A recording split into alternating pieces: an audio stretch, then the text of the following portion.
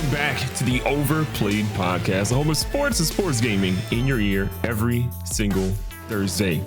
Half of this podcast is hosted by your boy, myself, Mr. GoodGameBro. The other half of the podcast is hosted by a man who's climbing a mountain, okay? That mountain is a beard mountain. It's slowly but surely coming back.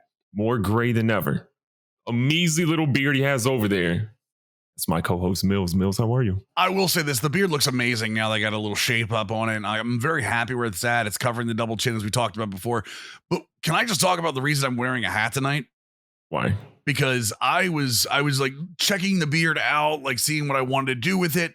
And it was in my shower. It was like out. I just got out of the shower. I was looking in the mirror and I was like, wait a second. Hold up. And I got layers cut into my hair for the first time ever, just so we're clear. Like I was growing my hair out. It was just not all even length. So I got layers cut into my hair. It looks good. Okay. Like it frames the face well, right? The problem is it also brings out every single gray hair that I have on my head. And can I tell you, there are way more gray hairs on my head than I ever thought there were before. And they look good. They all look like they're in the perfect place and everything, but I never want to see them again. I'm going to shave my head. I don't want to know how old I am. I don't want to be anywhere closer to the grave. I'm just saying, it's so time. You're going from previously Mick Foley to like, you're kind of like Dave Grohl-esque right now. And then you're going to shift. Hold on. Wait a second. Can you say that again for me? No, that was a compliment. I'm not saying that again. Big pop out of the Dave Grohl. I can go with that.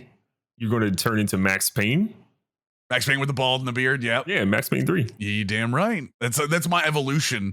My evolution is no beard, short hair when I was a little younger, growing the hair out, and then all of a sudden, beard. Now I need some slow-mo powers. I'll be good to go. It'd help me in Apex, I'll tell you that. I don't think anything can help you in Apex. I'm going to be honest. Bro, no, can I tell we're going to talk about it real quick. Yeah. I'm back in, man. Season 10. I've had a lot of fun with it, man. Like, so obviously there's been a lot of, we talk about this all the time, the Call of Duty hacking that's in the game. A lot of larger creators have decided to jump ship to Apex, and it seems like they're having a lot of fun. I even saw a clip of Shroud that's from a little while ago, but something that makes a lot of sense is that a lot of creators that are going from COD to Apex are struggling. And that's because Apex doesn't give you those extra assists that COD does. Like Apex is a much more, I won't say it requires a different set of skills. Sure. I do think COD does take skill to play. But it definitely, Apex takes a different set of skills. And I've had a ton of fun learning the legends again. Like I haven't been in since like season 7. So learning some of the new legends, getting my Valkyrie on, playing a little Fuse. I stay away from Seer because he's overpowered and I'm not a meta guy. He's so good when I get a Seer on my team. But I'm actually learning for the first time, I'm learning about team comps. I'm enjoying arenas. Arenas is, I will say Fantastic. This, arenas is the best ad they've ever put to this game. Yeah. Bar none for me. It's just so fun in and out. The powers act differently in an arena setting. It's consistent action. It's not, looting, where Apex can get kind of slow at times, depending on where you loot at. I'm super in. I'm having the time of my life. I'm playing on Xbox. Y'all want to add me? Mills Twitch. I'm playing second half of streams, man. Even with Madden coming out, having a lot of fun with it, man. I think I'm like level 25 on the battle pass. I'm doing my dailies. You're grinding. Okay. No, dude, I'm telling you, I'm like, and the thing is, for the first time, like I always mess around with shooters. I can feel myself like getting better because of class play. That's one of the things in COD that I never really picked up. Like with Apex or like Overwatch, when I was hard in Overwatch, class play really it does better for me. Like being able to have powers that go along with the gunfighting. Yeah, agreed. I really feel like Apex is what I thought Overwatch was going to be when Overwatch got announced, right? Of like, when I heard like class-based shooter, I was like, oh, snap. And I played Overwatch and I immediately knew this is not for me. It's a cool game. I just knew it wasn't for me. Right. Apex has that class-based sort of like, legend style with some incredible gunplay. The TTK is probably the most jarring thing for people, right? Me going from Call of Duty for months and months and months into Apex was tough because I'm used to a certain TTK. I know when I hear certain bullet sounds, I've got a guy down if I hit him enough. In Apex, I'm like, Jesus Christ, I have no ammo. But overall, like I love the game. I still wish there was a regame option. The weakest part of Apex to me is what was so refreshing about it at first, right? When you can get someone's card, revive them. Like that was so cool at first when you compared it to Fortnite. But the Gulag really is the best battle royale thing I think we've had in any battle royale. Like I really love that option. And I wish Apex had something, not saying it has to be a gulag, but something that made regaming a little bit easier, especially when someone is camping your card and your teammates can't get to you. Right. But yeah, man, that game is taking a ton of my time now. I'm loving it. It's really weird because they didn't do anything that massive in season 10. It's just been like really tuning up to a very, very good spot. And it's funny because I did notice people talking about like Apex esports never really took off because it may not be as fun to watch. Dude, I'm having more fun watching Apex these days than I have in a very long time. And again, part of that is because I do watch Nick Mercs, I watch Tim the Tatman, those guys, but I'm finding myself watching like some of the higher level players like play as well. Yeah. And I think there's one other thing that I want to mention when it comes to larger creators going on to this game. A lot of times we watch some of these larger creators play COD and then we're like, oh my God, they're cracked. Like, how I could never be that good. You're watching them learn Apex and it makes you kind of like grab a hold and go, wait, I can do this. Like I can learn these pieces. I'm watching people learn how to do the movement, how to strafe jump and those kind of things. And that's really cool. It's cool to see your favorite creators learning a game as you learn it, because you could take some of the things they learn and go along with it. It's been a really fun experience. I wish my Mirage heirloom was on Xbox, not PlayStation. That really bothers me. I wish there's some cross progress there, but I'll deal. That's apparently coming at some point. I think the analogy that I was using to people the other night is Call of Duty is like LeBron James, right? It is the all around like considered best, and LeBron James is the greatest basketball player of all time. And I think Call of Duty as a package, minus the hacking, is the best battle royale experience. But Apex is kind of like the Steph Curry, right? It's the one more people can sort of see themselves doing, right? Not everyone can be 6'8", 6'9", running around and dunking and doing everything out of the gym, but more people can see like a jump shot as being something that's more attainable to them. And I think now, to your point, because people are watching guys relearn this game, guys and girls relearn this game, it's sort of like oh yeah, I can learn how to do that. Or like, oh, I should throw my ability here. I should try doing this. And it's I don't know if Apex is more accessible, but I think the logical parts of it to how to get good make more sense to people than in Call of Duty, where it's a lot of it's just like finite aim and figuring out your aim patterns and recoil and movement. Apex is a lot more meta to it to really help you, be a great player. But it's not just gunplay. Like you said, you have class abilities. Like you can be a support main, have terrible aim as a seer and be an incredible value because you could point where people are. You can use his ultimate and stuff. It's just so refreshing, I guess. And something that I'm glad that I went away from for a couple seasons and came back and get to have that refreshing feeling. Talking about going away from something and coming back, just out of curiosity, how long has it been since you played Madden 21? Oh man. So we're on the same page. Like it's been a while. It's been a minute, a little bit, yeah. And I think part of that is because of my falling back in love with NBA 2K. I think a lot of that is MLB The Show being decent for what it is. But as you are listening to this now, the Madden 22 EA Play 10-hour free trial is out. You can go on your PlayStation 5 right now. You can go on your Xbox Series X or your last gen consoles. If you have EA Play Pro, the full game is out on PC as we speak. What is your number one expectation? Now we've seen a lot of content coming out from content creators this week. I've seen some Face of the Franchise stuff from QJ Beat. I've seen some gameplay stuff coming out from Eric Rayweather. I've seen some MUT stuff coming out from Popular Stranger. What do you see yourself really diving into with your 10 hours? I've been going back and forth on that. I want to go into franchise mode, but I know we're not getting scouting until I think September, sort of when they had sort of mentioned that. So it'll be early in the cycle, but obviously not ready day one. Right. That kind of takes away part of franchise for me. I think I'll probably go into Face of the Franchise and sort of play a good bit of that, just because that'll help me get gameplay. That'll help me, play a new mode, new story, all that stuff. So I would honestly say Face of the Franchise, but I want to challenge myself to win like an online head-to-head game with all 30 NFL teams this year. It's like a big thing. Wait, is it 30 or 32? 32. 32. There we go. I'm thinking NBA. Sorry. No, you're fine. I do the same thing on stream all the time. Whenever we do like an MLB, because I do random number generator to figure out what team I want to be. I can't remember how many teams it is. My chat's 100%. Like, come on, we go through this all the time. But yeah, I think I'm probably going to spend most of my time this year in Face the Franchise, cranking through that. Hopefully it's a better story. Franchise mode once the scouting update drops. And then I think online head-to-head, non-MUT, like MUT is great for those that want to get into it. It's just, I think the older I've gotten, it's just not really my cup of tea. I can understand that. But yeah, I think that's what I'm going to focus on. What about you? I think with the 10 hours, I think I am going to do some of the early MUT stuff. From everything that I've seen, it looks like there's going to be a ton of offline content from MUT this year. And I'm a big fan of the way they do solo battles, where you get like community teams and you can play against them at whatever, and you could choose the difficulty level. And the fact that it refreshes 3 times a week for me, that gives me that offline, like full game experience that I don't get in MLB right now. At the same time, I definitely want to check out the franchise changes. I think you're right. I think my main like content franchise, or even when I do like a Ravens franchise, I think I'm going to wait for the scouting update because, okay, if you listening to this and don't know, the scouting update is going to require you to start a new franchise to take. The new scouting update will not affect existing franchises. And it is looking like, I think their plan is early September around the first regular season roster update. So they want to keep, like, if they can do that and the first season and the first week roster update, whereas where most people start their franchise, I think that's their goal. Obviously, that's a little ways out. Face of the franchise is, I think, the thing that's surprising me the most right now.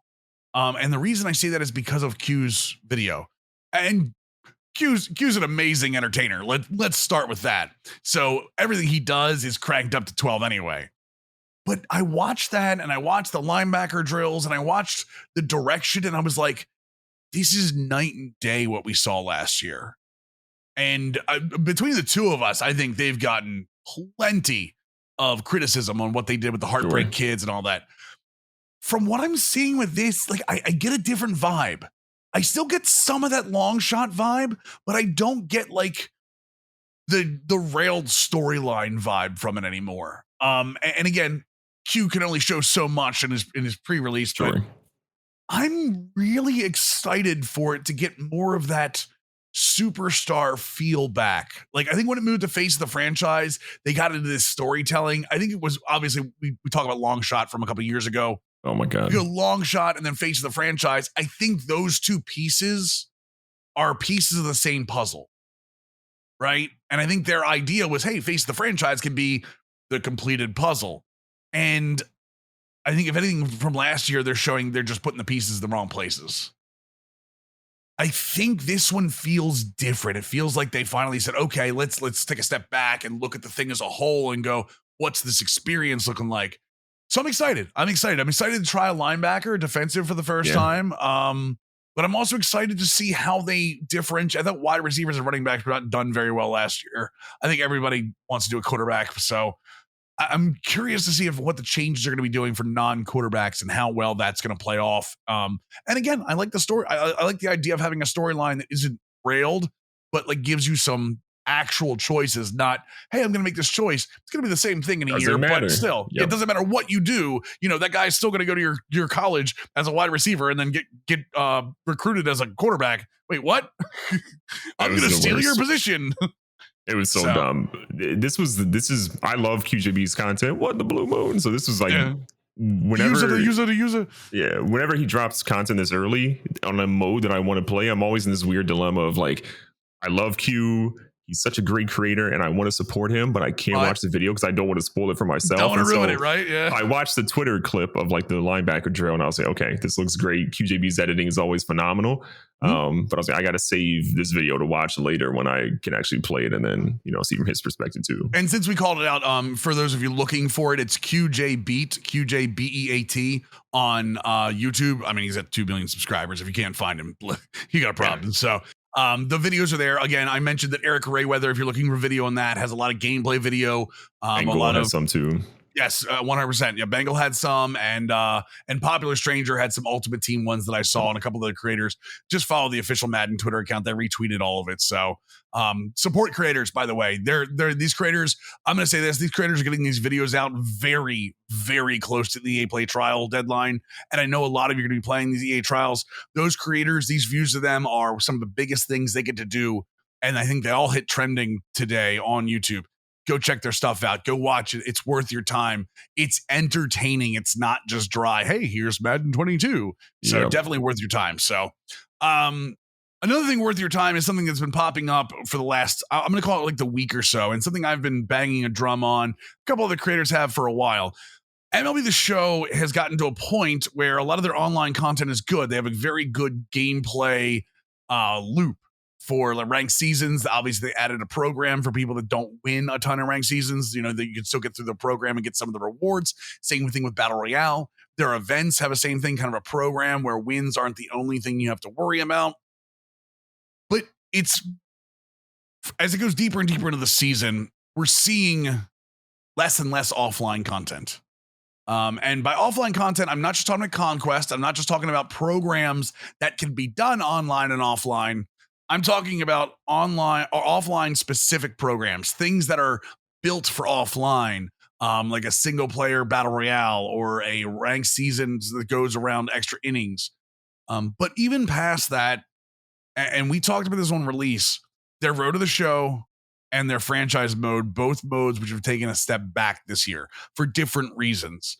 Franchise mode has been largely untouched with the exception of the trade engine, which has taken a large step backwards, and Road to the Show, which is taken online. It's called Ball Player now, an online connection to Diamond Dynasty, which has caused it to have some drawbacks, including people found a way to glitch out going through the loadouts for the Ball Player on Road to the Show. So SDS has made it so that way when you go through it, you have to exit out of every game, go back to the clubhouse, go back into, you can't play next game. A lot of times loadout XP just doesn't count. And that's to counter people cheesing XP in the inning program in Diamond Dynasty. So a lot of those problems are hinging Road to the Show back some. Now you're seeing creators such as Ant Ortiz, RGS Nation, Daddy Dimmu, myself. Daddy Dimmu has been on the program. We talked about franchise with him when he was here. Talking and trying to make some noise about M. Frisk is another great one if you want to check out. He had some really good content today about things that they could do to improve franchise mode. The problem I'm having here right now is we have a very loud voice as it's going with a couple of creators. When it happened with Madden, it was a movement. And when I say that, it was because there were negative creators, positive creators, NFL players. Pat McAfee got on the bandwagon. We're talking about like celebrities. We're talking about Madden not having their offline upgraded in a very long time. Right now, this is creators and just a few of us. And yes, we're getting some views. We're getting some, some engagement with that. Problem is, I have to believe that with it being MLB and not being as popular as like Madden being a longstanding top of the heap franchise, and even with the increased popularity of MLB The Show this year, I feel like baseball just doesn't have that kind of juice behind it with the fans. Are you? I know you've kind of seen it. Like you've even spoken up a couple times about their offline content. You feel like that same type of movement can happen as what happened with Madden, or do you just feel like the juice isn't there? I think it's hard for baseball in general. Baseball, MLB The Show has also been a single platform game for 99% of its time frame. Obviously, we're just hitting Xbox now, so I think you miss out a little bit on. There's a whole core section of gamers that have never played that experience. And so for anyone on Xbox, not everyone, but a lot of Xbox players, they've never played it before, and so now they're seeing this as a brand new experience. So everything to them is brand new, right? Their comparisons are going to be in comparison to what Madden has or what 2K has or what NHL has based on what they've been doing previously. I think that hampers sort of the movement a good bit. I think to your point as well, there's not before I heard to that, there's also not like a legacy piece to this, right? You think about Madden, like the vast majority of kids grew up playing Madden, and they've been playing it for 10 plus years, right? When you make it into your 20s, you've probably been playing Madden for 10 plus years at that point. If you're playing MLB The Show, I don't know if it has the same sort of connectivity to a younger audience, because I think it's harder to pick up and play. For sure. I think that impacts it a little bit too. So I don't think people have the same like love-hate relationship with MLB The Show that they do with Madden. I think the group that does, it's a much smaller group because, again, whether it's platforms, whether it's the ability to pick up and play, what have you, I think that really impacts it. Do I think there could be enough noise made? Absolutely. I think there's been enough noise made now where MLB The Show should be reaching out to some of these creators and being like, look, how can we rectify this? What are the ways we can do that? But unfortunately, what we've kind of seen from that studio is they sort of, again, outsider looking in, they sort of err on the side of like, we don't get too close to the community. We sort of are like, we're going to be there to ramp up when the game's coming out for the marketing cycle. Everything's, great. But outside of that, like, I don't really know what the community is outside of the content creators that sort of prop that game up, year in and year out. So, and I agree, being one of those content creators that does the propping, I worry that there hasn't been a long enough history. To your point, a lot of Xbox players don't have that being beaten down with not having franchise upgrades. It was just PlayStation players, and you're talking about probably about half the audience now. I think Xbox did very well for them, and it hasn't been happening long enough. Like Madden was going on a decade of real franchise issues, whereas with the show, I feel like 3 or 4 years ago we were talking about franchise going, yeah, this is still pretty good experience. To your point, NBA 2K, I think NBA 2K's franchise mode is head and shoulders above with the show right now. Yep. I feel like NHL, even though I'm not a fan of the gameplay, I think what NHL has done the last couple of years, I feel like their franchise experience is head and shoulders above MLB, with the exception of needing to have shared rosters. Please add shared rosters to NHL.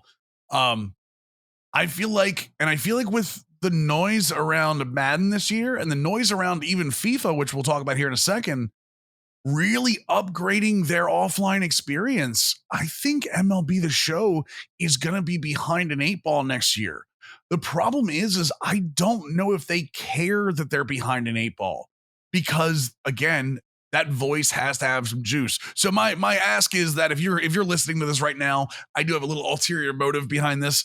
If you see people talking about that, not just me, like if you see anybody in the community, again, Ant Ortiz, RGS Nation, M. Frisk, Daddy Dimmu, all those guys, if you see those, try to support them. Even if you're a Diamond Dynasty, that was one of the big things that happened in Madden 2, is that the Madden Ultimate Team community, the online community, all backed us as well. They were like, listen, franchise has been screwed over for way too long, and we admit that. So it was kind of cool to see all the people come together. It's going to take something like that in MLB, and again, I don't think we have the juice for that this year. It might even be too late in the cycle this year to do that. We might be worried about affecting 23 at this time, but I'm going to be a really, really sad dude if we come to 22 and we're in the same place franchise mode, and I'm almost preparing myself for it.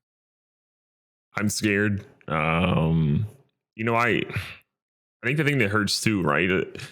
I don't think this is the year that we're going to see that major message, but I do think a year, 2 years from now, we're going to start to see it sort of fester. Because to me, this is more of a year about awareness, right? There's so many people, again, Demo and everyone else has been helping along with you guys coming through. I think that's big because you're getting guys that are outside of the core franchise community, right? And that's where the awareness starts. Right. It's one of those things where it's like you need to talk about it, mention it. People then start seeing it. They go into next season. They're going to come out and tell us we've got some franchise upgrades. And then it's going to be the same thing we saw this year where they're teasing pre-order bonuses and things, 5 minutes into the stream. I think that's where it's going to start to fester. So I think you're going to have this year's awareness. Next year is where things sort of start to like really fester up. And I think the year after that is where people are like putting heavy expectations, to your point again, for the 23. And people are going to be like, where are the updates? We're not letting you get away with this. And they're going to have their feet to the fire, I think, at that point.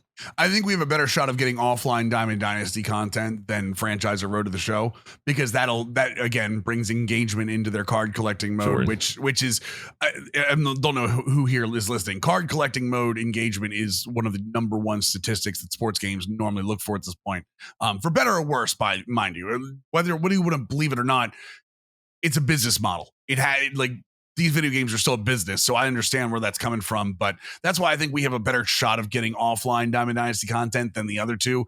But I think you're right. I think it's going to be another year before we really start seeing the unrest in not just social media, but general of people going, listen, man, I'd really like to play a franchise mode for this. I think one of the other things that hurts them is it's a 162 game franchise. I think a lot of people struggle to go through a baseball season as opposed to like a 16 game Madden season 2. So we did hint on this for a second. FIFA has a ton of career mode updates. FIFA does a pretty good job of updating their game on a yearly basis. They have some closed beta invites going out. So if you are a FIFA player, check your email that is linked to your Origin or whatever they call it, EA Play account. There is a closed beta coming out. Obviously, you can't talk about it, but you've seen some of the things about FIFA. I don't think either one of us are big time FIFA guys. I think I enjoy soccer as a whole. FIFA tends to be the flag bearer for EA when it comes to sports games. Madden, I think a lot of us in the US see Madden as the flag bearer. FIFA worldwide is the best selling sports game going.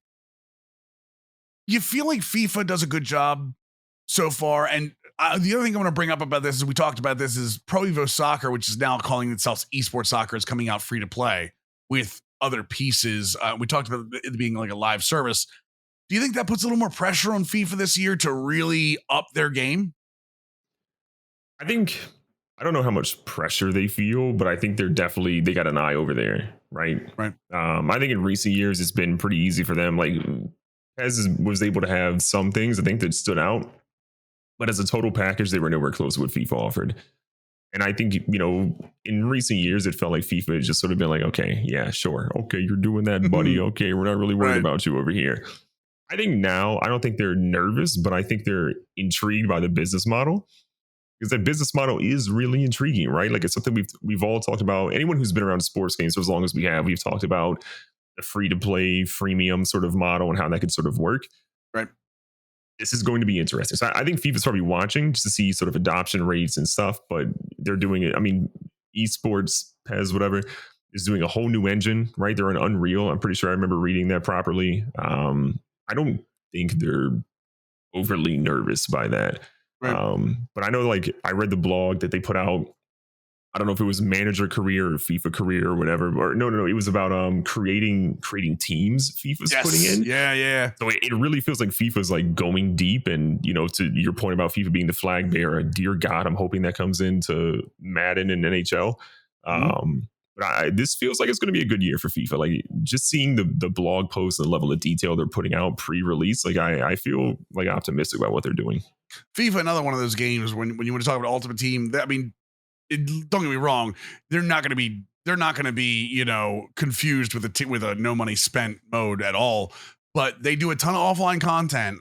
They do a ton of offline content for people that don't want to play online. Even if you buy packs and want to play offline, they do a very, very good job of that. So we'll see where they are in terms of their car collecting mode and their career mode. I'm looking for some big time career updates for them. I'm really, really hoping we get some big things out of the flag bearer for EA Sports Vancouver. Well, it's time. We talk about Madden. I mean, if we're talking about Madden release, you know what we're talking about. NFL preseason is started. We had the Hall of Fame game last week. We're getting a full slate of games starting tonight. By the time you guys are listening to this, of preseason. But like for me, so it's only 3 preseason games this year because there's a 17 game schedule for new thing in the NFL to try to get a little bit more money out of your pocket. At the same time, watching 16 players for the Dallas Cowboys not travel with the team to Canton, Ohio for the Hall of Fame game was kind of disappointing. And seeing like Ben Roethlisberger, I'm not a huge Roethlisberger fan, but neither am I. He should be on the sideline for the Hall of Fame game. Same thing with Dak Prescott. Do you think preseason means you think this 3-game preseason makes it even less of a thing. Obviously, it's always going to be a thing for backups fighting for spots in the roster, but talking to Aaron Rodgers isn't expected to play this preseason. Deshaun Watson is being held for multiple reasons away from the preseason, from training camp. Well, he's in training camp, but not the preseason. You feel like preseason's lost even more of its touch now that it's only 3 games? Yeah, I guess the hard part for me is like when I think about the preseason, I wonder, still charging full access, still charging full price for the tickets, though. Yeah, which is don't forget they're still charging full price for the tickets. Well, it's the NFL, so what are you expecting here? Yeah. I do wonder, right, how long they can keep this business model up with players not playing for reasons that aren't really valid, to be honest. In a lot of cases, some are, some right, some have concerns, right? Like you look at Dak Prescott, obviously we know why he's not playing, catastrophic injuries, still getting over that, etc. Yeah.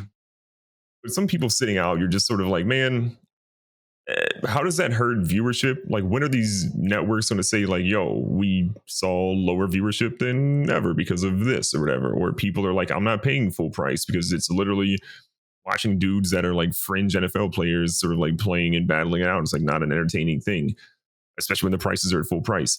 Yep. Pittsburgh did win their game. I'm just gonna put that out there. So I wonder. Really? I just had to say it, you know. The preseason game against the B squad for the Dallas Cowboys. That's what you're banking on. Practice how you play, you know. Dwayne Haskins looking good though, right? Probably better than Roethlisberger right now. Oh yeah. But a stronger arm, that's for sure. But I do wonder how long the NFL can keep up the facade of like preseason mattering and all of that. Like it just feels like a wash, and it feels like something like a song and dance that we're all going around with, but it doesn't really have the meaning that everyone's saying that it does. I don't have faith in it. They sell out stadiums. And the reason they could do it, and we just talked about that with Madden, it's the scarcity and the rarity of actual games. I mean, 17 games in the regular season compared to 162. Well, you know, I mean, but that's still a thing, man. That's still really a thing. I think part of me wonders though, like if we were 3 years, let's say the pandemic were over, right? And we were 3 years post-pandemic. I wonder how this sort of viewership attendance sort of plays then. Because I think right now people are just so gung-ho to get to a stadium and watch a game and be in a real live sports environment again. Right. I wonder 3 years out from a pandemic or something, how this plays out. I feel like it'd be different, but football fans are football fans, maybe not. Yeah, that's the thing is I feel where you're coming from, but even before the pandemic, like they were selling out preseason games. It's just one of those things. Football games are events. True. Like Sunday, when you think Sunday, even when it's not football season, you go, it still feels like football. Yeah. Like there is no baseball day where you go, it feels like baseball because there's 160, like I said, 162 games, 81 home games. Like that's a lot. And agreed. I mean, it doesn't cost anywhere near as much to get into a baseball game as it does to get a football game, but those prices add up. Same thing with an NBA game. NBA game is incredibly expensive for 41 home games? Like they're even 41 compared to 8 home games for an NFL team. And they've done this perfect job. To their credit, they've done a fantastic job of making it an event whenever something happens like that. Thursday night games, Friday night games, Saturday games, Sunday games, Tuesday games during the pandemic. Like people cannot get it. NFL fans cannot get enough. And you look at the other side of this, fantasy football coming up, like more people than ever are on the fantasy football train, which puts them directly into wanting to watch these games. You're right.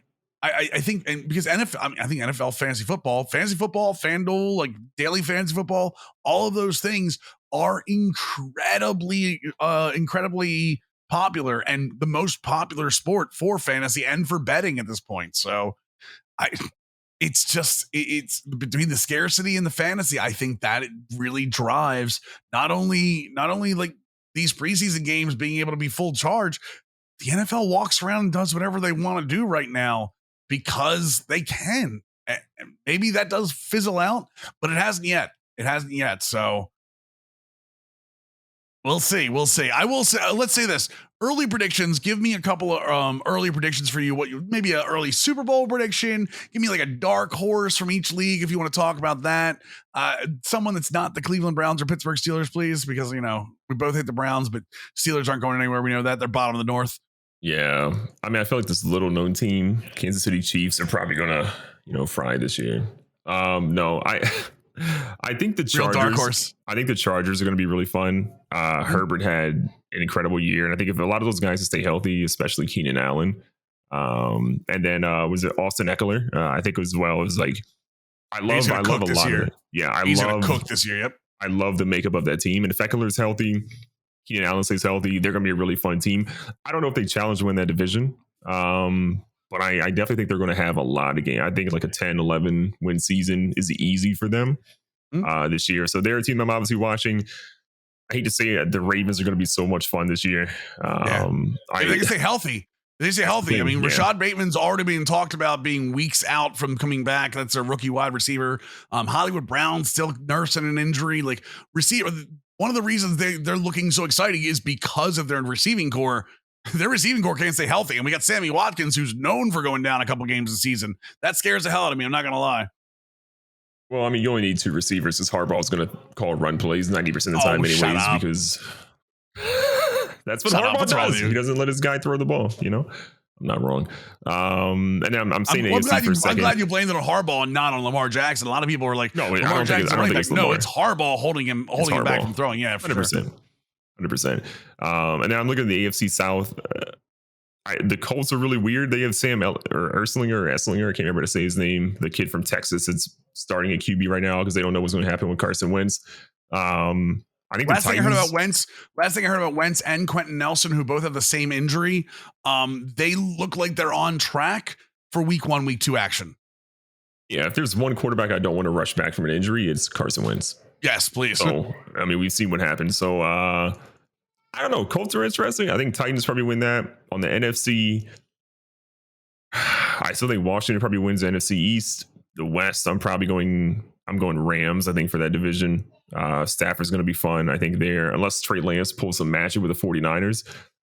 NFC North, I'm going Bears, man. I think Fields gets started by week 3, and Fields is going to have a magical run, and I'm really excited to see what he does there. They've got a lot of speed at receiver as well. I think their offense is going to be really fun for the first time. And when was the last time we looked at the Bears and said their offense is going to be fun?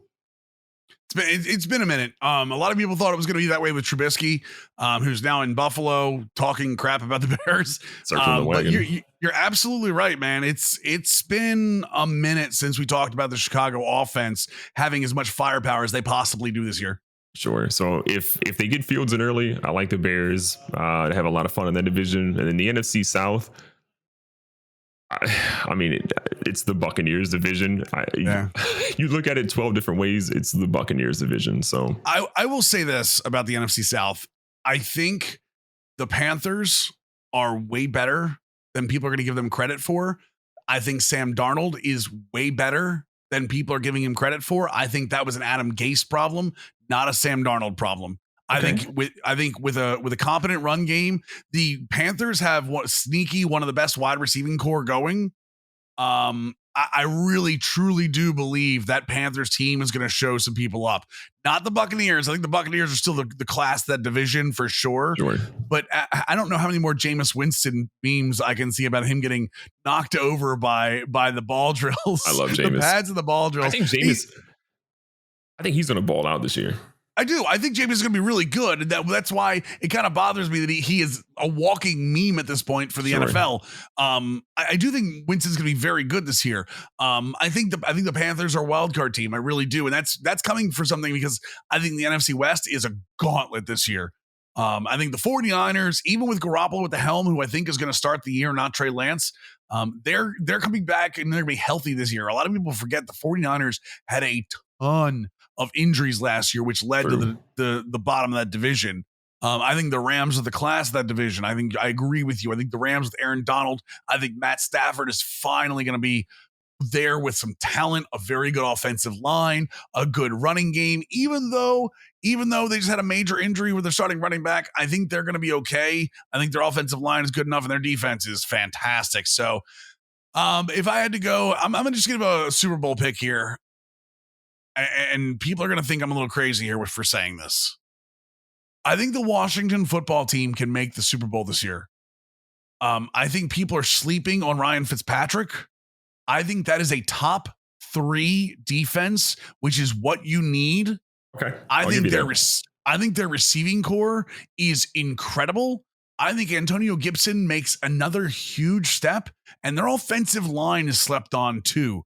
They have the pieces. As long as Ryan Fitzpatrick plays the way Ryan Fitzpatrick can, he has a very good deep ball, a very good play action game. He doesn't throw the ball into the other team's hands. He does not turn the ball over that much.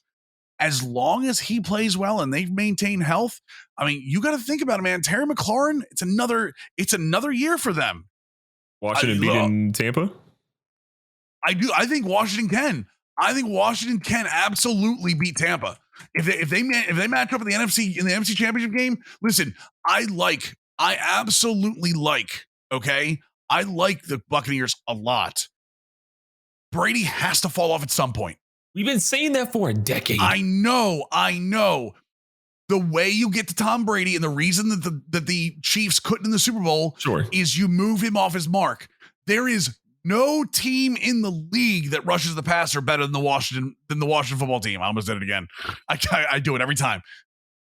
There is no team in the league. If they stay healthy, Curtis Samuel, Terry McLaurin, Adam Humphrey, Steven Sims Jr., that's their receiving core. They come back with Logan Thomas, who's decent at tight end. Former college quarterback. Antonio Gibson, J.D. McKissick, who's very good on third down, Peyton Barber, who's a decent guy, Lamar Miller they've got in that depth chart at somewhere, and then Fitzpatrick. As long as the big thing in here is Ryan Fitzpatrick has to remain healthy. They cannot go to Taylor Henneke. They cannot go to Kyle Allen. Those guys are no works. Let me put it this way: if I took Ryan Fitzpatrick out and I put Matthew Stafford at the head of that offense, do you feel differently about Washington? I don't trust a lot of their receiving core overall. Like there's lots of talent there. Fitzpatrick, my problem with him is that he's Fitzmagic just as often as he's Fitztragic, right? Right. He's a dude.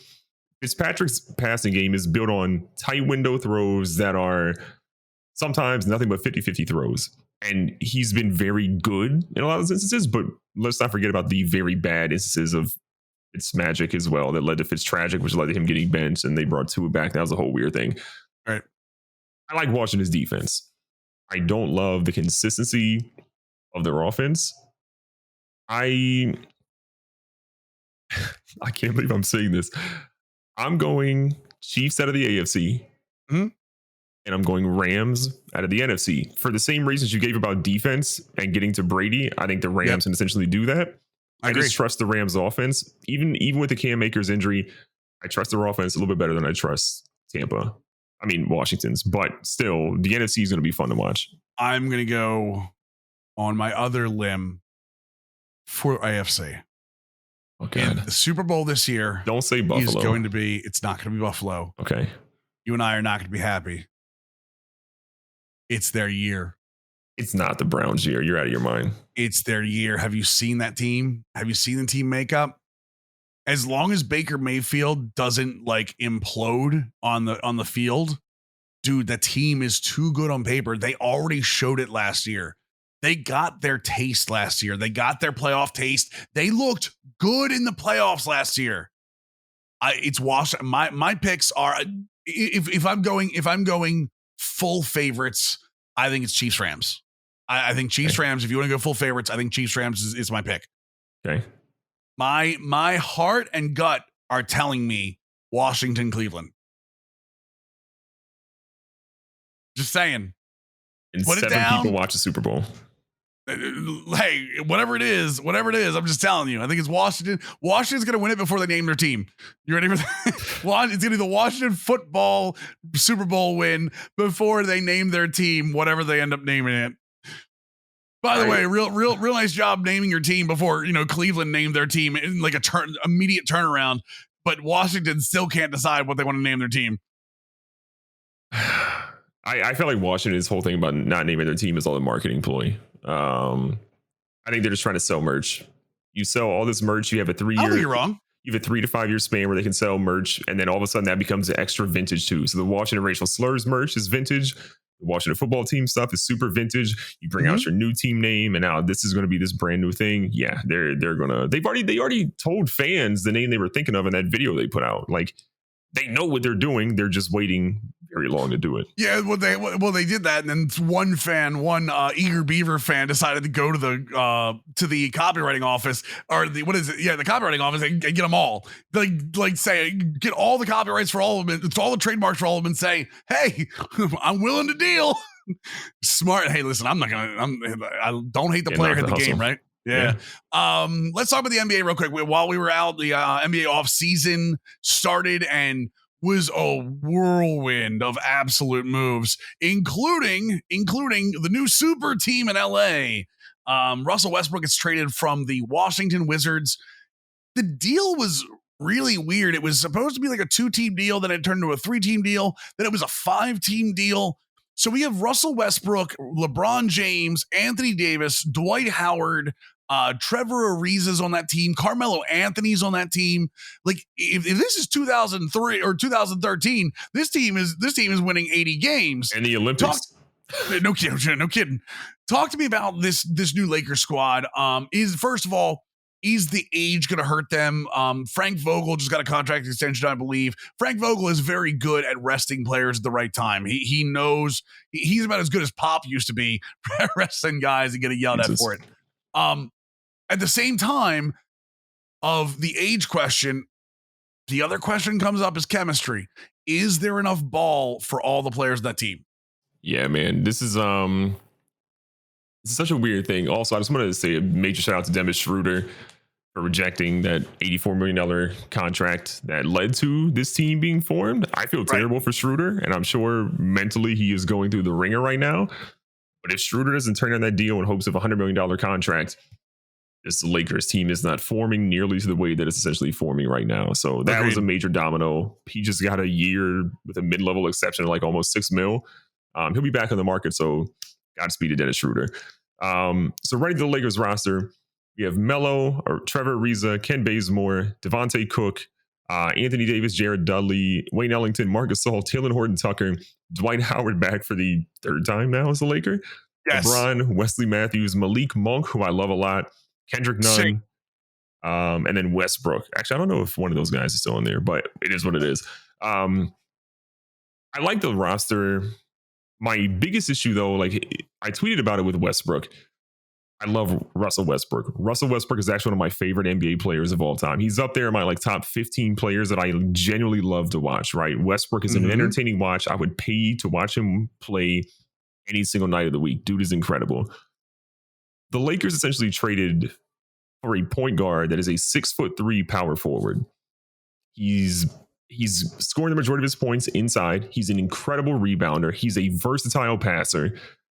He's a playmaker who doesn't have a consistent shot. And the number one thing the Lakers need is a consistent shooter. As much as I wanted the Buddy Hield trade, I don't think the Buddy Hield trade would have been the move because you don't have playoff experience. Right. Buddy Hield sometimes can sort of go, missing in different NBA games. People are arguing like, oh, the Lakers have shooting talent, right? Ariza's not that much of a shooter as he had that couple of year stretch. Bazemore is going to be better on defense than he is at shooting right now.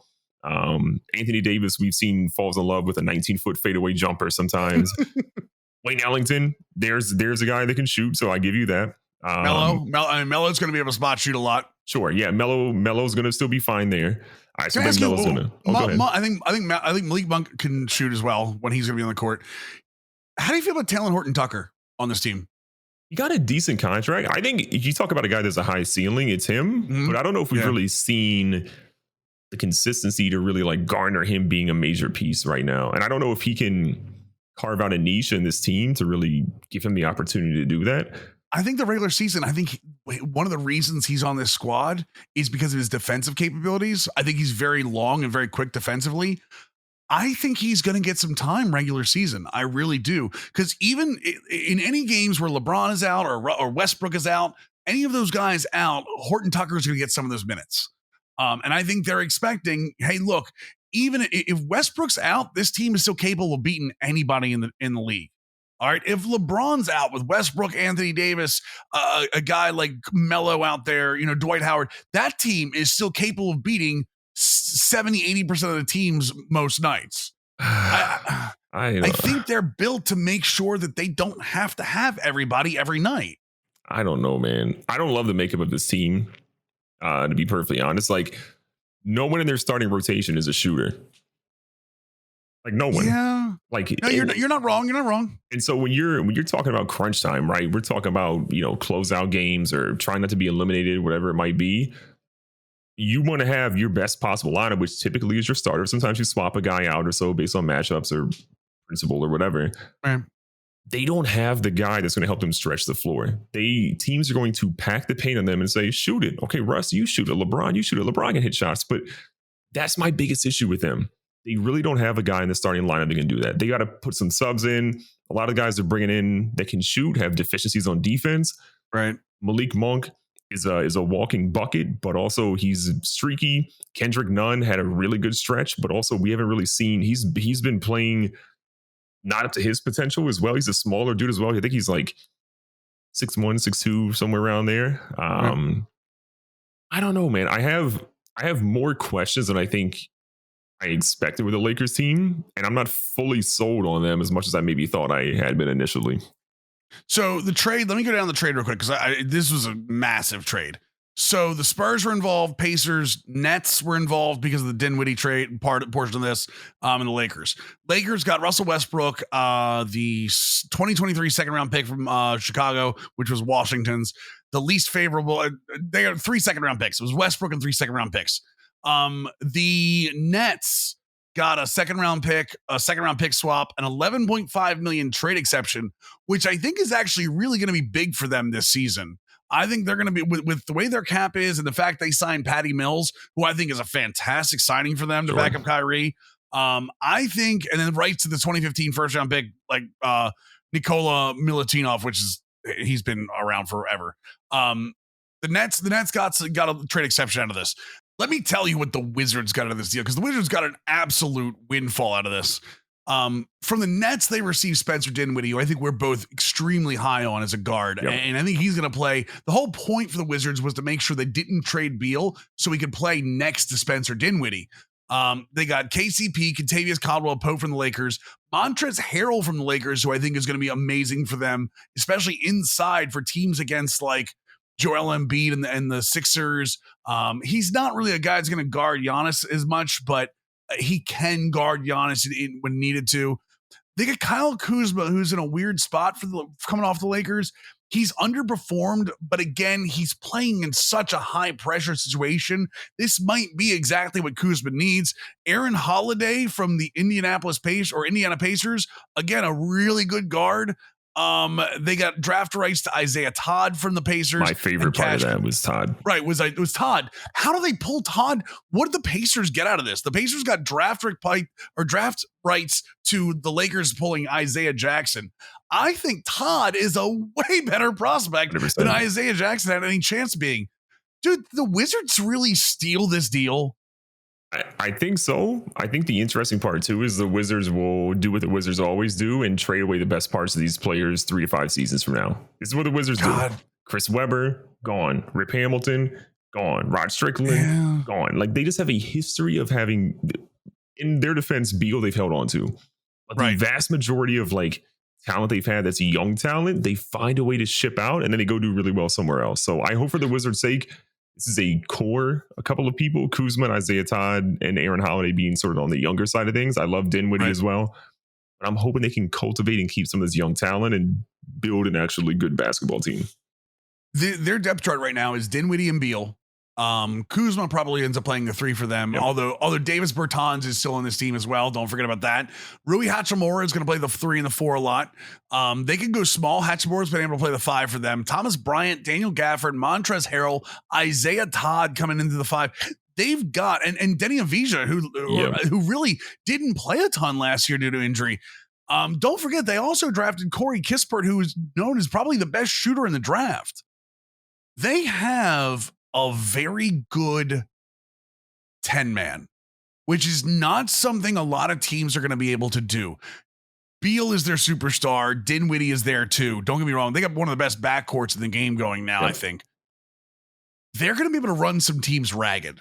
And I think that's what they really want to do, is really run some teams into the ground and then be able to shoot the lights out. Dude, they're going to have an unbelievable shooting year with some of the players they got. if they can maintain interior defense and an inside game on the offensive side, which is a question right now. Again, Harrell's not really known for that side. Isaiah Todd is good. He's raw. He's a ceiling guy. He's extremely raw. I agree with that. Hachimura is not exactly known as a back to the basket guy or even somebody that works on the block. So it's going to be a very fun team to watch on offense, but they're going to have to play defensively. If they gel, man, if they do gel, and again, it's the Wizards. I'm not ignoring any of the fact that what Washington does. Like they're up there right now. They're 4 or 5 seed right now if they can really stick with this. Sure. I think the Wizards are going to be, not saying they're the same team or they have the same talent for their players, but they are built in a similar way to what the Atlanta Hawks are, minus Capella. Right. Like if you remove Capella from the Hawks, they're built in a very similar way. A lot of young players, good talent, a lot of guys that are sort of, high potential. Wizards, again, I think they still need to, next free agency, find a guy that can sort of play that center spot, for them more long term, or at least a big four, at least a really big four that will allow Hachimura to probably play the 3 where he belongs. I feel like Hachimura is probably better as a 3. Yeah, agreed. So if they do that, I'm a little bit more bought in. But Wizards will actually be fun and worth watching for once. So I'm happy for him. Yep. We had Kyle Lowry sign and trade to the Heat. The Heat are all in right now. What in the world? How do the Miami Heat continuously find ways to spend money and just go all in year after year? When so many NBA teams have a problem doing that, the Miami Heat find ways to just work money around. They I think they re-signed Butler. They're gonna have Robinson and Hero again. Bet you wish you traded Tyler Hero for Ben Simmons now, don't you? For James Harden now, don't you? PJ Tucker, who's a really sneaky signing for this team to play next to Bam. They've got a little bit of depth depending on how Oladipo does, or a guy like Markieff Morris is on this team. They could be a really good team if they don't age incredibly quickly on their side too. Yeah, I mean, the Duncan Robinson deal still feels overvalued, overpaid to me. Agreed. I love Duncan Robinson, great shooter, but I think he's making $90 million over 4 or 5 years or whatever that essentially was. It's a lot. Yeah. The one thing though I love about Miami is they found their identity. They are building that team around toughness and defense. Look at that roster. I mean, Udonis Haslem just announced today he's coming back for year number 19, right? So they are building a team that is tough, that will play defense, that will be physical and in your face, and will complain to the refs like no other team in NBA history has done once they signed Kyle Lowry. So they are ready for the postseason, and the Miami Heat are going to be fun, man. I still, there's some holes there, but I think the Miami Heat will still be fun and fun to watch in the East. We're talking about the East. Let's talk a little bit more about the West. A Supermax deal coming off his incredible showing in the Olympics. Luka Doncic signs a $207 million contract extension with the Mavericks. Incredibly deserved extension. Their depth chart is like the anti-Heat. It's Doncic, Hardaway Jr. re-signed. They got DFS, Dorian Finney-Smith, Reggie Bullock's on the team, Jalen Brunson, Trey Burke. You understand? You see a kind of a feeling here going along. Kristaps Porzingis, Dwight Powell, Willie Cauley-Stein, Maxi Kleber. It's a very I hate using this term because I'm not an NBA player, so I don't get to say this. It's a real soft team. It's a real soft team that in the West gets beaten up on a regular basis. They have incredible offensive ability, but man, and they've even got they even signed JJ Redick. If you want to talk about soft, I mean, then bring another player in there. First of all, no JJ Redick slander. Okay. Oh, I love JJ Redick, but he is what he is. Yeah, I hear you. Look, I don't love what the Mavericks have done.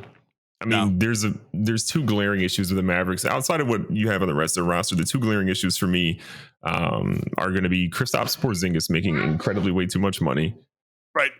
And then you're going to have Tim Hardaway, who's making an absolute insane amount of money as well for his position. Correct.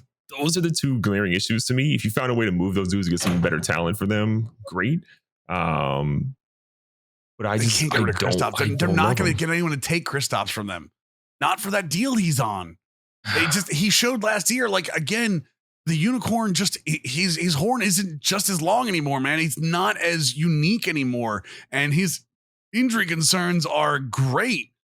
At this point, I don't know if another team is going to take that money on from them without them giving. They're going to have to give draft picks with Porzingis to really move on, and nothing Dallas has right now because they're a middle of the playoffs Western Conference team, so they're not going to get a ton of like high draft picks. They're not going to have a lot of draft capital. I just don't know what they're going to be able to do to move Porzingis. Well, they're not going to move Porzingis. They're going to trade Luka in year 4 of his contract, and he's going to go somewhere else and make a whole lot more money, and they'll get draft picks from him. That's what's going to happen for them.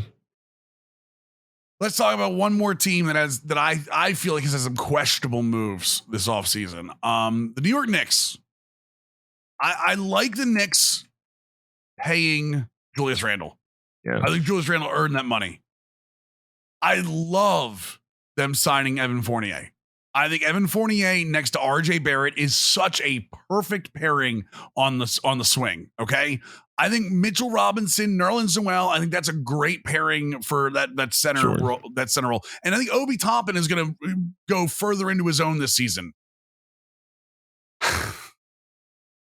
Kemba Walker, Derrick Rose. Derrick Rose, I'm somewhat okay with because he did earn a spot back on this roster last year, even though he fell off towards the end of the year. Bro, Kemba Walker is going to be the guy leading this team at the point. He's going to have Fournier, Barrett, Randall, Robinson, Toppin, Burks. I don't understand where they thought this Kemba Walker deal was going to go. And they paid for him too. Like, this is not just some cheap, like, hey, let's bring a veteran in and see what he can do. Bro, this is a bad deal, right? There's no way Kemba Walker works out in New York, right? I think Kemba's going to have a stretch of 10, 15 games where you're like, Kemba's back. He's in the guard and Kemba's doing his thing. And then it's going to fizzle out a little bit. The reason I think it fizzles out, I think Kemba is still a talented guard. I think Kemba can still be a good NBA point guard. The problem is this is not the team for him. Is this a city for him? Yes. Is this the coach for him? No. Kemba on a Tom Thibodeau team, I don't foresee it actually working. I honestly think Miles McBride will be the starting point guard instead of Kemba Walker by the end of the season. McBride has that WVU guard blood. Those dudes find a way to get it done. They are high intensity. They also play defense, which Thibodeau's going to want and put in a heavy emphasis on. Yeah. So, that's one of the things that made the Knicks as good as they were last year. Sure. Is that team did not quit on defense. That team was all over the place on defense. Yeah, and I mean they got two really good guards in the draft in McBride at WVU, which again I always love a WVU guard, and they got Quentin Grimes, who I'm high on as well, coming out of Houston. Grimes, I want New York to let Kevin Knox go. I know he's kind of like a small forward, can play guard a little bit, but I just want Kevin Knox to get up out in New York, have a fresh start, and let some of these other guys sort of like, take the reins. But yeah, I think McBride will have more playing time than Kemba Walker by end of season. Maybe Derrick Rose becomes the true point guard at that point, but I think McBride takes Kemba's spot by end of year. I mean, if anyone, it's going to be Rose. I think if anyone's going to be there, because they're not looking for a rookie to be running them. They're looking for somebody with some establishment. And I understand that with Kemba Walker. And don't get me wrong, please don't misunderstand me here. The Kemba Walker has some talent. But Kemba Walker is not a fit for a team that's going to be looking to get the ball around. And Kemba Walker is not guarding anyone in the top half of this league. Kemba Walker's a walking turnstile at this point. At the very least, Rose is going to get in the way of somebody. And Rose showed that last year. Rose was very much a team player on offense and defense last year. So I was kind of hoping they would just go with like Rose and maybe Emmanuel Quickly, who looked decent last year. Yeah, Quickly looked really good last year. I think Quickly's got a better chance than McBride this year for starting. If you're talking about getting to the playoffs, I agree with you that at some point we'll see him in the future. I wish they would use that money with Kemba just somewhere else, man. Maybe a little extra depth at the like the 4-3, like one of those swing guys. I love Obi Toppin. I'm not huge on Alec Burks, and obviously Fournier can play up if needed, but they're so good 2 through 4. I just don't want a 1 to hold them back, and I feel like Kemba holds them back. If you put this lineup against the Wizards right now that we just talked about, I would take the Wizards 7 out of 10 games. In a 7-game series, I would take the Wizards against this lineup. It's going to be interesting. It's going to be interesting seeing what exactly happens with that, because they are, I mean, in the East, just real quick about the East. The Hawks are, I don't think the Hawks are a fluke. I think the Hawks came into their own in the playoffs. And I think the Hawks are going to be able to repeat that magic. I think the Sixers fall off this year. I think this is the year the Sixers fall off. I think the Simmons thing is going to be a problem. If they don't find a way to trade him, I think it's going to be a problem all season. I think they need a better one, or they just need to play Simmons at the 3-4 and just let him play there. Especially when they were talking about shopping Tobias Harris a lot too, which they weren't happy with. So that team, when you're talking about shopping two of your top 3 players, like that's a problem. That's not a team. That's not a top Eastern Conference team I'm looking at. Brooklyn, I think Patty Mills is going to do them wonders. Brooklyn, I don't know how in the hell Brooklyn has decided to come back the way they have. Let's forget about the top 3. We know the top 3 are there. We know they're going to get injured at some point. Okay, Katie got a deal. You know, Irving's going to be crazy at some point. James Harden is going to pull a hamstring at some point. But they managed to bring on Bruce Brown, Blake Griffin, who had some very important minutes for them. DeAndre Jordan signed with them, which is a defensive stopper that they were sorely missing. Patty Mills, who's going to be probably one of the best backup ones in the league at this point. Sure. I think they are very, very rebuilt in the same image, but I think they have the pieces they were missing last year to fill in some of those holes when they need to. Yeah, for Brooklyn's sake, I hope they don't run into Miami. Not saying that Miami beats them, but Miami will beat up on them, and it'll be a tough series for them to then catapult off and try to win an NBA Finals off of. They don't face Miami, they're fine. They just face, if they had to play a lower team and they go play like a Milwaukee and then go to the conference finals, they're fine. Yeah. If that team plays Miami, it's going to be a tough road for them. I will say this also: look out for Detroit. Forget even without Cade Cunningham. Okay, Cade Cunningham is, we both agree, superstar. Yep. I'm calling him a generational talent. I think he is that good. I think he's going to be that good in this league. They are young. They meshed towards the end of last year. They are good defensively. They are good offensively. They are going to, they were 20-52. I think they're going to show some people up this year. I think they're going to really open some eyes. I don't think they're getting 500 this year. I don't think they're getting 41 wins, but I think they're getting close. And in the Eastern Conference, that might be enough to get into the playoffs. I can see a play-in. I can see them in that 9-10 slot, fighting for a play-in, get some experience, and use that to sort of catapult the year. They could be like what the Suns were. Not saying they'll be that good, but the Suns, when they sort of got into the play-in, got that experience, they were like, oh, shoot, now we get a player or two, and then we can have some fun. So the other teams that I would say to look out for this year are any teams that had major injury concerns. Lakers, Nets, even a team like the Nuggets with Jamal Murray, who will be back mid-year. I don't think the Nuggets are going to compete until Murray's back, but remember last year, 72-game series and a condensed schedule. I think this, going back to the 82 games, having a training camp, hopefully COVID, stay away, and having it be over the extra 2 months, I think is going to be massive for these teams. Agreed. Especially with trying to get that extra time off, not only between games, but if they take a rest game, if Vogel rests some guys, if who's the